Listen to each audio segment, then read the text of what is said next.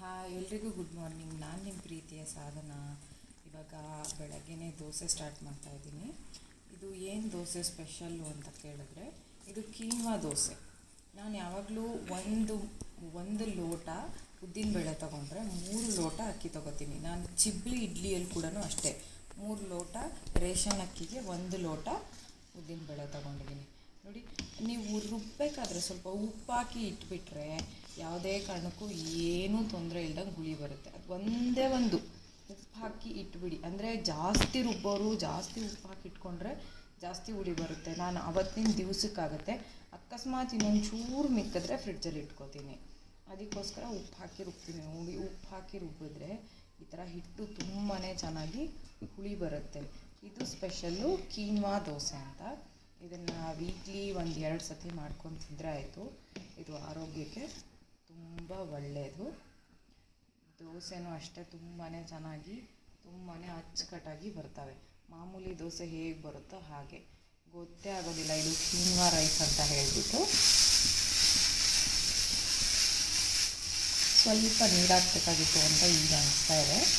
ಅದು ಚೆನ್ನಾಗಿ ಬರುತ್ತೆ, ದೋಸೆಗೇನೂ ತೊಂದರೆ ಇಲ್ಲ. ಸ್ವಲ್ಪ ಇದಕ್ಕೆ ಎಣ್ಣೆ ಹಾಕ್ಬಿಟ್ಟು ತುಪ್ಪ ಹಾಕ್ತಾಯಿದ್ದೀನಿ. ನಾನು ಲಿಡ್ನ ಕ್ಲೋಸ್ ಮಾಡ್ತೀನಿ. ಮೇಲೆ ಹಾರುತ್ತೆ ಅಂತಾರೆ ದೋಸೆನ, ಅದಕ್ಕೆ ಲಿಡ್ ಕ್ಲೋಸ್ ಮಾಡ್ಕೊತೀನಿ.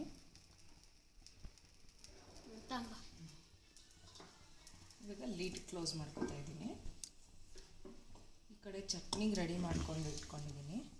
ಯಾರ್ಯಾರು ಚಟ್ನಿ ತಿನ್ನಲ್ಲ ಅವ್ರು ಕೂಡ ಚಟ್ನಿ ತಿಂತಾರೆ. ಇದು ಗೋಡಂಬಿ ಹಾಕೋದ್ರಿಂದ ಗೋಡಂಬಿ ಚಟ್ನಿ ಇದೆ ಇವತ್ತು ಸ್ಪೆಷಲ್ಲು.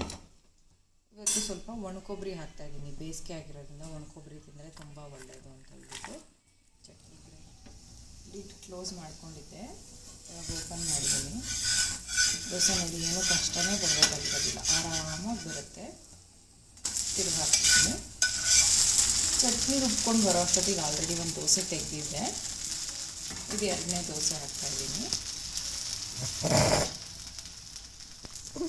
ನನ್ನ ಹತ್ರ ಮಣ್ಣಿನ ಮಡಿಕೆಗಳು ಎಷ್ಟಿದೆಯೋ, ಅಂದರೆ ಇನ್ನೂ ಜಾಸ್ತಿ ಇದೆ, ಎಷ್ಟು ಥರ ಅವೈಲಬಲ್ ಇದೆಯೋ ಅಷ್ಟು ಥರ ಮಾತ್ರ ಇಲ್ಲಿ ಇಟ್ಟಿದ್ದೀನಿ. ಇದು ಮಾತ್ರ ಒಂದೇ ಇದೆ ಬಾಣಲಿ. ಇದಕ್ಕಿಂತ ದೊಡ್ಡದು ಇಲ್ಲ, ಇದಕ್ಕಿಂತ ಚಿಕ್ಕದು ಇಲ್ಲ. ಇದು ಒಂದು 2-3 ತಟ್ಟೆ ಇದೆ. ತಟ್ಟೆ ಏನಕ್ಕೆ ತೋರಿಸ್ತಾ ಇದ್ದೀನಿ ಅಂತ ಹೇಳಿದ್ರೆ, ಏನಾದರೂ ಹಪ್ಪಳ ಪೂರಿ ಏನಾದರೂ ಕರೆದ್ರೆ ಪ್ಲೇಟ್ ಮೇಲೆ ಹಾಕ್ಬಿಟ್ಟು ಟಿಶ್ಯೂ ಪೇಪರ್ ಹಾಕ್ತಾರೆ ನೋಡಿ. ಇದ್ರ ಮೇಲೆ ಹಾಕಿದ್ರೆ ಅದೇ ಅಬ್ಸರ್ವ್ ಮಾಡ್ಕೊಳ್ಳುತ್ತೆ. ಇದನ್ನು ತೊಳ್ಕೊಂಡ್ರೆ ಆಯಿತು, ಟಿಶ್ಯೂ ಪೇಪರ್ ಯೂಸ್ ಮಾಡೋ ಅವಶ್ಯಕತೆ ಇಲ್ಲ. ಇದೊಂಥರ ಮಡಿಕೆ. ಇದರಲ್ಲಿ ಸಾರು ಜಾಸ್ತಿ ಮಾಡ್ತೀನಿ, ಅನ್ನ ಸ್ವಲ್ಪ ಕಮ್ಮಿ. ಯಾಕೆಂದರೆ ಇಷ್ಟೊಂದು ಅನ್ನ ಮಾಡಿದ್ರೆ ನಮ್ಮ ಮನೇಲಿ ಯಾರೂ ತಿನ್ನೋರಿಲ್ಲ, ಅದಕ್ಕೆ ಇದರಲ್ಲಿ ಕಮ್ಮಿ. ಇದು ಆಲ್ಮೋಸ್ಟ್ ಆಲ್ ಬೆಳಗ್ಗೆ ಅಡುಗೆ ಮಾಡಬೇಕಾದ್ರೆ ಇದರಲ್ಲಿ ಮಾಡ್ತೀನಿ. ಇದು ಎಲ್ಲ ಸೇಮ್. ಇದು ನಮಗೆ ಜಾಸ್ತಿ ಯೂಸ್ ಆಗುವಂಥದ್ದು ಅಂದರೆ ಇದು. ಯಾಕೆಂದರೆ ನಾನು ಅಭಿನವ್ ಇಬ್ಬರೇ ಆಗಿಬಿಡ್ತೀವಿ. ನಂಜುಂಡೇಶ್ವರ ಫೋಟೋಗೆ ಆರ್ಡ್ರ್ಗಳಿಗೆ ಅಂತ ಹೋದರೆ ಆವಾಗ ಇದರಲ್ಲಿ ಅನ್ನ ಮಾಡಿಕೊಂಡ್ರೆ ಸಾಕಾಗುತ್ತೆ. ಇದು ಪಲ್ಯಗಳಿಗೆ, ಚಿತ್ರಾನ್ನದ ಗೊಜ್ಜು, ಪುಳಿಯೋಗರೆ ಗೊಜ್ಜು ಮಾಡಬೇಕಾದ್ರೆ ಇದರಲ್ಲಿ ಮಾಡ್ತೀನಿ. ಇದಿಷ್ಟು ಥರನೂ ಇದೆ. ಇದನ್ನೇ ನಾನು ರೆಗ್ಯುಲರಾಗಿ ಯೂಸ್ ಮಾಡ್ತೀನಿ. ನನ್ನ ಹತ್ರ ಪಾತ್ರೆಗಳು ತುಂಬಾ ಕಮ್ಮಿ, ಇದ್ರ ಮೇಲೇ ಜಾಸ್ತಿ ಅಡುಗೆ ಮಾಡ್ತೀನಿ. ಇದು ಸೆಟ್ಟು 3 ಆಫ್ ಸೆಟ್ ಬಂದಿದೆ ನೋಡಿ. ಇದು 3 ಆಫ್ ಸೆಟ್ಟು. ಇದರಲ್ಲಿ ಒಗ್ಗರಣೆ ಬೇಕಿದ್ರೂ ಹಾಕ್ಬೋದು. ಇದನ್ನೆಲ್ಲ ನಾನು ಮಂಗಳೂರಿಂದ ತರಿಸಿದ್ದೀನಿ. ಕೆಲವು ನಾನೇ ಹೋಗಿದ್ದೀನಿ, ಇದನ್ನ ತರಕ್ಕೆ ನಾನೇ ಹೋಗಿದ್ದೆ. ಇನ್ನು ಒಂದು 2-3 ಇದನ್ನು ತರೋಕ್ಕೂ ನಾನೇ ಹೋಗಿದ್ದೆ. ಇನ್ನು ಕೆಲವು ನನ್ನ ಫ್ರೆಂಡ್ಸ್ ಅಲ್ಲಿದ್ದಾರೆ, ಅವರು ನನಗೆ ಕೊಟ್ಟು ಕಳಿಸಿದ್ದಾರೆ. ನನಗೆ ಇಲ್ಲಿದು ಒಗ್ಗರಣೆ ಹಾಕಿದ್ರೆ ಒಡೆದೋಗ್ಬಿಡುತ್ತೆ, ಆದರೆ ಇದರಲ್ಲಿ ಒಗ್ಗರಣೆ ಹಾಕಿದ್ರೆ ಒಡೆದೋಗೋದಿಲ್ಲ. ಏನು ಅಂದರೆ ಬಾಣಲಿಲಿ ಸ್ವಲ್ಪ ಎಣ್ಣೆ ಹಾಕ್ಬಿಟ್ಟು ಒಗ್ಗರಣೆ ಹಾಕ್ತೀವಲ್ವ, ಏನಾದರೂ ಮಾಡಬೇಕಾದ್ರೆ ಪಲ್ಯ ಕರಿ ಆ ಥರದನ್ನೆಲ್ಲ ಇಲ್ಲಿ ಬೈ ಮಾಡಿ ಹಾಕಿದ್ರೆ ಒಡೆದು ಹೋಗುತ್ತೆ. ಆದರೆ ಅಲ್ಲಿ ಇದು ಒಡೆದು ಹೋಗಲ್ಲ. ನಾನು ಅವ್ರ ಮನೇಲಿ, ಅಂದರೆ ಅವ್ರು ನಾನ್ ವೆಜ್ಜು, ಅವ್ರ ಮನೇಲಿ ಮಾಡೋದನ್ನು ನೋಡಿದೆ, ಹೆಂಗಿರುತ್ತೆ ಇದು ಅಂತ ಕೇಳಿದೆ. ಇಲ್ಲೆಲ್ಲ ಅದೇ ಥರ ಇರುತ್ತೆ ಅಂತ ಹೇಳಿದ್ರು. ಅದಕ್ಕೆ ನಾನು ಆವಾಗಲಿಂದ ಸ್ಟಾರ್ಟ್ ಮಾಡಿದೆ. ಇವನ್ನೆಲ್ಲ ತೊಗೊಂಬಂದು ನಾನು ತುಂಬಾ ವರ್ಷ ಆಗಿದೆ, ನನಗೆ ಜ್ಞಾಪಕ ಇಲ್ಲ. ಇದು ಮಾತ್ರ ಒಂದು 2-3 ವರ್ಷ ಅಂತ ಹೇಳ್ತೀನಿ.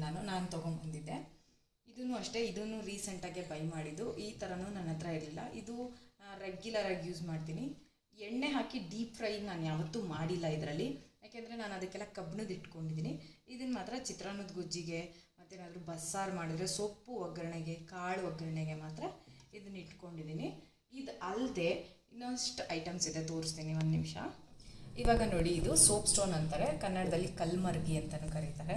ಇದೆಲ್ಲ ತುಂಬ ಹಳೆಯದು. ಇನ್ನೂ ಇದೆ, ಅಂದರೆ ಎಷ್ಟು ಥರ ಇದೆಯೋ ಅಷ್ಟು ಥರ. ಇಷ್ಟು ಥರದಲ್ಲೇ ಇದರಲ್ಲಿ ಚಿಕ್ಕದಿಲ್ಲ, ಇದೇ ಸೇಮ್ ಸೈಜ್ದೆ ಇನ್ನೊಂದು 2-3 ಇದೆ. ಇದರಲ್ಲೂ ಅಷ್ಟೇ ಸೇಮ್ ಸೈಜ್ದಿದೆ. ಇದರಲ್ಲಿ ಒಂದೇ ಇದೆ, ಆದರೆ ಇನ್ನೊಂದು ಚೂರು ಚಿಕ್ಕದೊಂದಿದೆ. ಇದಿಷ್ಟು ಥರ ಇದೆ ಅಂತ ಹೇಳ್ಬಿಟ್ಟು ನಾನು ನಿಮಗೆ ತೋರಿಸ್ತಾ ಇದ್ದೀನಿ ಇವಾಗ ನನ್ನ ಹತ್ರ. ಇವಾಗ ಇದರಲ್ಲಿ ರೆಗ್ಯುಲರಾಗಿ ಸಾರು ಮಾಡ್ತೀನಿ ನಾನು. ಇನ್ನೊಂದು ಇದಕ್ಕೆ ಏನಾದರೂ ಹೆಚ್ಚು ಕಮ್ಮಿ ಅದು ಬಾಣಲಿ ಏನಾದರೂ ಬಿಸಿ ಇದ್ದರೆ ಇದರಲ್ಲಿ ಚಿತ್ರಾನ್ನದ ಗೊಜ್ಜು ಆ ಥರದನ್ನೆಲ್ಲ ಮಾಡ್ತೀನಿ. ಏನು ಮಾಡಿದ್ರು ಇದರಲ್ಲಿ 2 ದಿವಸ ಇಟ್ಟರು ನಿಮಗೆ ಸಾಂಬಾರು ಕೆಟ್ಟು ಹೋಗೋದಿಲ್ಲ. ಆಮೇಲೆ ಇನ್ನೊಂದು ಮೋಸ್ಟ್ ಏನು ಅಂತ ಹೇಳಿದ್ರೆ, ನೀವು ಎಷ್ಟೇ ಸಣ್ಣ ಉರಿ ಮಾಡಿ ದೊಡ್ಡ ಉರಿ ಮಾಡಿ ಇಟ್ಟು ಹೋಗಿರಿ, ಇದರಲ್ಲಿ ಸಿಯೋದಿಲ್ಲ. ಇದನ್ನು ಸೀಸನ್ ಮಾಡೋ ಅವಶ್ಯಕತೆ ಇಲ್ಲ. ಫಸ್ಟ್ ಟೈಮ್ ಒಂದು ಸತಿ ಸೀಸನ್ ಮಾಡಿಕೊಂಡ್ರೆ ಮುಗಿದೋಯ್ತು. ಬೇರೆ ಏನು ಮಾಡಬೇಕು ಅನ್ನೋ ಇದು ಕಷ್ಟ ಇರೋದಿಲ್ಲ. ಆದರೆ ಮಾತ್ರ ತುಂಬ ವೆಯ್ಟ್ ಇರುತ್ತೆ. ಯೂಸ್ ಮಾಡಬೇಕಾದ್ರೆ ಹುಷಾರಾಗಿ ಯೂಸ್ ಮಾಡಿ. ಕಾಲ ಮೇಲೆ ಏನಾದರೂ ಇಲ್ಲಾಂದರೆ ಕಟ್ಟೆಯಿಂದ ಕೆಳಗಡೆ ಬಿದ್ದರೆ ಒಡೆದು ಹೋಗುತ್ತೆ. ಇದು ನೋಡಿ ಮುರಿದು ಹೋಗಿದೆ, ಅಂದರೆ ತಗಲ್ಬಿಟ್ಟು ಮುರಿದು ಹೋಗಿದ್ದು. ಇದೆಲ್ಲ ಯೂಸಿಂಗ್ ನನಗೆ ಸುಮಾರು ಒಂದು 10 ವರ್ಷದಿಂದ ನಾನು ಈ ಥರದ್ದನ್ನೆಲ್ಲ ಯೂಸ್ ಮಾಡ್ತಾಯಿದ್ದೀನಿ. ಇದರಲ್ಲಿ ಮೊಸರುದು ಪಾಟ್ ಕೂಡ ಬಂದಿದೆ, ಆದರೆ ನಾನು ತೊಗೊಂಡಿಲ್ಲ. ಆವಾಗಿತ್ತು ನಾನು ಹೋದಾಗ, ಆದರೆ ನಾನು ಅದನ್ನು ನೋಡಿ ತೊಗೊಂಡಿಲ್ಲ. ನಾನು ಈ ಸತಿ ಹೋದರೆ ಗ್ಯಾರಂಟಿ ಬೈ ಮಾಡಿ ತೋರಿಸ್ತೀನಿ. ಇದಂತೂ ಆಲ್ಮೋಸ್ಟ್ ಆಲ್ ನಾನು ಮದುವೆ ಆಗಿ ಬಂದಾಗಿಂದನೂ ಯೂಸ್ ಮಾಡ್ತಾಯಿದ್ದೀನಿ. ಇದನ್ನು 12 ವರ್ಷ ಆಗಿದೆ, ಏನೂ ಆಗಿಲ್ಲ ನೋಡಿ.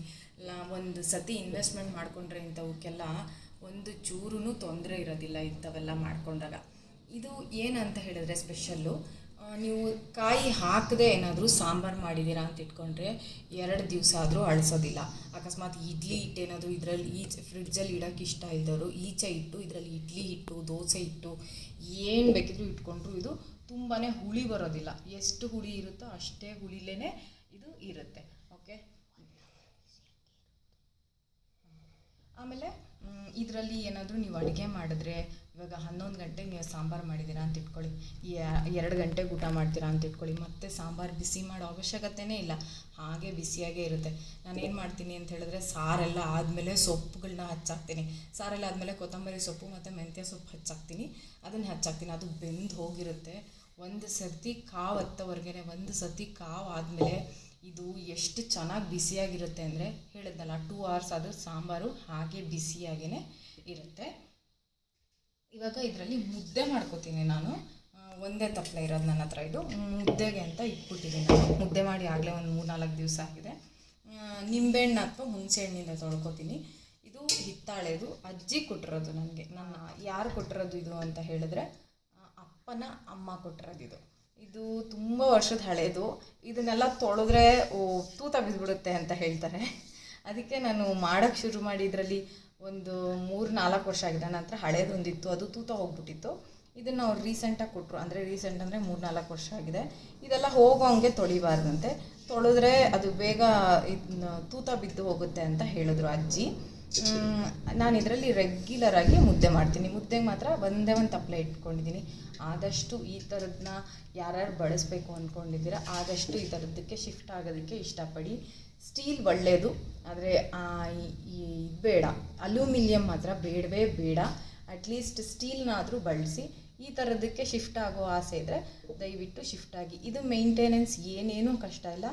ಸುಮ್ಮನೆ ಒಳ್ಳೆ ನೀಟಾಗಿ ಸೋಪ್ ಹಾಕ್ಬಿಟ್ಟು ತೊಳ್ಕೊಂಬಿಟ್ರೆ ಸಾಕು, ನೀಟಾಗಿ ಹೋಗುತ್ತೆ. ನಾನು ಸೋಪನ್ನು ಕೂಡ ಯಾವುದೇ ಸೋಪನ್ನ ಯೂಸ್ ಮಾಡೋದಿಲ್ಲ. ಇವಾಗ ಪಾತ್ರೆಗಳನ್ನ ಯಾವುದೇ ಸೋಪಿನ ಪುಡಿಲಿ ನಾನು ತೊಳೆಯೋದಿಲ್ಲ, ಇಲ್ಲ ಲಿಕ್ವಿಡಲ್ಲೂ ತೊಳೆಯೋದಿಲ್ಲ. ಇದು ರೀಟಾಕಾಯಿ ಅಂತಾರೆ, ಇಂಗ್ಲೀಷಲ್ಲಿ ರೀಟಾಕಾಯಿ ಅಂತಾರೆ, ಕನ್ನಡದಲ್ಲಿ ಅಂಟುವಾಳದ ಪುಡಿ ಅಂತ ಹೇಳ್ತಾರೆ. ಇಲ್ಲ ನಾನು ಲೋಕಲಲ್ಲಿ ತರಿಸಿದ್ದೀನಿ. ಇದನ್ನು ಯೂಸ್ ಮಾಡಿಕೊಂಡು ಪಾತ್ರೆ ತೊಳೆದು, ಅಂದರೆ ಮಡಿಕೆಗಳನ್ನ ತೊಳೆದು ತೋರಿಸ್ತೀನಿ ನಾನು ನಿಮಗೆ. ಇವಾಗ ಸ್ಟೀಲಿನ ನಾರು ಯೂಸ್ ಮಾಡ್ತಾಯಿದ್ದೀನಿ. ಪ್ಲಾಸ್ಟಿಕ್ಕಿಂದ ಯೂಸ್ ಮಾಡಿದ್ರೆ ಅದು ಚೆನ್ನಾಗಿ ಕ್ಲೀನ್ ಆಗೋದಿಲ್ಲ, ಅದಕ್ಕೋಸ್ಕರ. ಇವಾಗ ನೋಡಿ, ಇನ್ನೂ ಸ್ವಲ್ಪ ನೀರು ಜೊತೆಲ್ಲ ಅದ್ಕೊಂಡಿದ್ದೀನಿ ಆರಾಮಾಗಿ. ಈಗ ನಿಮಗೆ ಹೇಗೆ ಸೋಪಿಂದು ಇದೆಲ್ಲ ನೊರೆ ಬರುತ್ತೋ ಅದೇ ರೀತಿ ನೊರೆ ಬರುತ್ತೆ. ಅನ್ನ ಒಂದು ಕಚ್ಕೊಂಡಿದೆ, ಅದಕ್ಕೆ ತೋರಿಸೋಣ ಅಂತ ಹೇಳ್ಬಿಟ್ಟು ಅದೇನೇ ಇಟ್ಟಿದ್ದೀನಿ, ತೊಳೆದ್ಬಿಟ್ಟು ತೋರಿಸೋಣ ಅಂತ ಹೇಳ್ಬಿಟ್ಟು.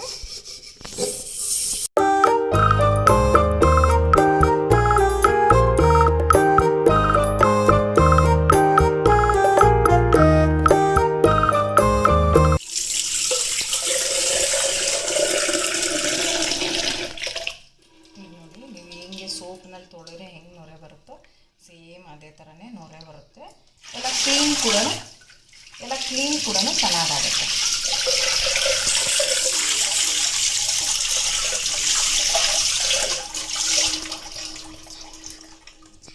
ನೋಡಿ ಎಷ್ಟು ನೀಟಾಗಿ ಕ್ಲೀನ್ ಆಗುತ್ತೆ. ಸೋಪಿನ ಪುಡಿಗಳನ್ನ ಯಾವುದೇ ಕಾರಣಕ್ಕೂ ಮಡಕೆಗೆ ಯೂಸ್ ಮಾಡಬಾರ್ದು, ಅದು ಅಬ್ಸರ್ವ್ ಮಾಡ್ಕೊಳ್ಳುತ್ತೆ. ಅದರಿಂದ ಆದಷ್ಟು ಹುಣಸೆಹಣ್ಣಲ್ಲಿ ತೊಳಿರಿ, ಇಲ್ಲ ಅಂದರೆ ಈ ಥರ ಸ್ಕ್ರಬ್ಬರ್ಗಳಲ್ಲಿ ತೊಳಿರಿ, ಇಲ್ಲಾಂದರೆ ರೀಟಾ ಕಾಯಿನಲ್ಲಿ ತೊಳೆಯೋದಂತೂ ಕ್ಲೀನ್ ಅಂತ ಫೀಲ್ ಆಗುತ್ತೆ. ನನಗೇನೋ ತುಂಬ ಚೆನ್ನಾಗಿ ಕ್ಲೀನ್ ಆಗುತ್ತೆ. ಕಟ್ ಮಾಡಿ ಇವಾಗ ನೋಡಿ ಎಲ್ಲ ತೊಳೆದುಬಿಟ್ಟಿದೆ. ನಾನು ಸುಮ್ಮನೆ ತೋರಿಸೋಣ ಅಂತ ಹೇಳ್ಬಿಟ್ಟು ಇದು ಮರ್ತೋಯ್ತು ನನಗೆ. ಇದು ನೋಡಿ ಸುಮ್ಮನೆ ಎಣ್ಣೆ ಮತ್ತು ಅರಿಶಿನದ ಪುಡಿನ ಮಿಕ್ಸ್ ಮಾಡಿ ಇಟ್ಟಿರ್ತೀನಿ. ಅಂದರೆ ಹೊಸ ಪಾತ್ರೆ ತಂದಾಗ ಈ ಥರ ಯೂಸ್ ಮಾಡೋಕ್ಕೆ ಅಂತ ಹೇಳ್ಬಿಟ್ಟು ನಾನು ಅದನ್ನೇ ಒಂದು ಸ್ವಲ್ಪ ಹಾಕಿದ್ದೀನಿ ಅಷ್ಟೇ.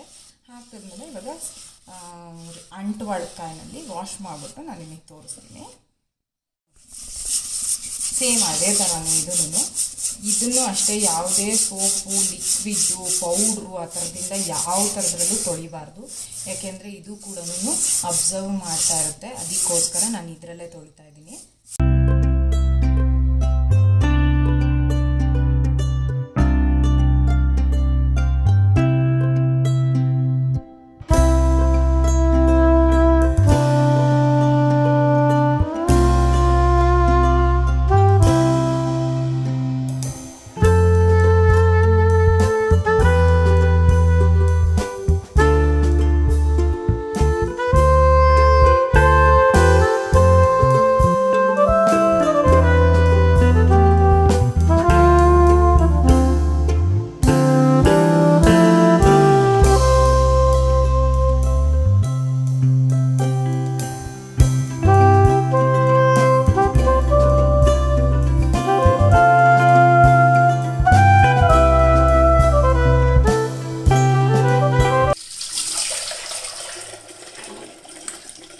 ನೋಡಿ ಎಷ್ಟು ಚೆನ್ನಾಗಿ ನೊರೆ ಬರ್ತಾ ಇದೆ. ಸೋಪು ಏನಾದರೂ ಪುಡಿಗಳನ್ನ ಯೂಸ್ ಮಾಡಬೇಡಿ, ಆದಷ್ಟು ಇದಕ್ಕೆ ಜಂಪ್ ಆಗುವಾಗಿದ್ದರೆ ನೋಡಿ ಎಷ್ಟು ಚೆನ್ನಾಗಿ ನೊರೆ ಬರ್ತಾ ಇದೆ.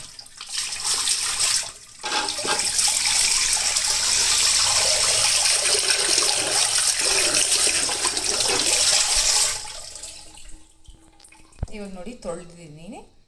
ನಾನ್ ಸ್ಟಿಕ್ ಹೇಗೆ ಯೂಸ್ ಆಗುತ್ತೋ ಇದು ಅದಕ್ಕಿಂತ ಚೆನ್ನಾಗಿ ಯೂಸ್ ಆಗುತ್ತೆ. ನಾನ್ ಸ್ಟಿಕ್ ಒಳ್ಳೆಯದಲ್ಲ, ಆದರೆ ಇದು ಒಳ್ಳೆಯದು. ಇದು ಪೂರ್ತಿ ಕಲ್ಲಿಂದು. ಯೂಸ್ ಮಾಡಿ. ಈ ಮೇಂಟೆನೆನ್ಸ್ ಕೂಡ ಸುಲಭ, ಯೂಸ್ ಮಾಡಿದಷ್ಟು ಸುಲಭ. ಈ ವ್ಲಾಗ್ ಎಲ್ರಿಗೂ ಇಷ್ಟ ಆದರೆ ಸಬ್ಸ್ಕ್ರೈಬ್ ಮಾಡ್ಕೊಳ್ಳಿ, ಶೇರ್ ಮಾಡಿ, ಪ್ಲೀಸ್ ಮರಿಬೇಡಿ. ವೀಡಿಯೋಸ್ ನೋಡಿ ಸಬ್ಸ್ಕ್ರೈಬ್ ಮಾಡ್ಕೊಳ್ಳಿ, ಲೈಕ್ ಮಾಡಿ. Love you all. Bye bye.